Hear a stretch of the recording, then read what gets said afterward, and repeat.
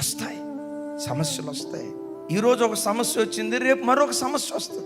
సమస్యలు ఎన్ని వచ్చినా ఏ సమస్య కూడా రథాలు కాదు నీకు ఆధారం, గుర్రాలు కాదు నీకు ఆధారం, మాంస సంబంధమైన బలం కాదు నీకు ఆధారం.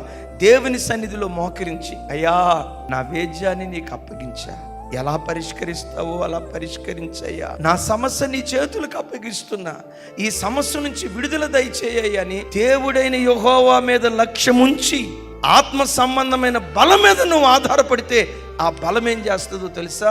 అయ్యో ప్రచండమైన వర్షం అని నువ్వు అనుకుంటావు, కారు మేఘాలు అని అనుకుంటావు. ఆ ప్రచండమైన వర్షం లాంటి పరిస్థితి తొలకరి వాన దీవెనలుగా దేవుడు మారుస్తాడు. భయంకరమైన గాలి, అయ్యో ఏమైపోతానో, ఉప్పెన కొట్టుకొని పోతానేమో అని అనుకుంటాం. దేవుని మీద ఆధారపడినప్పుడు ఆ ప్రచండమైన గాలిని చిరుగాలిగా దేవుడు మారుస్తాడు.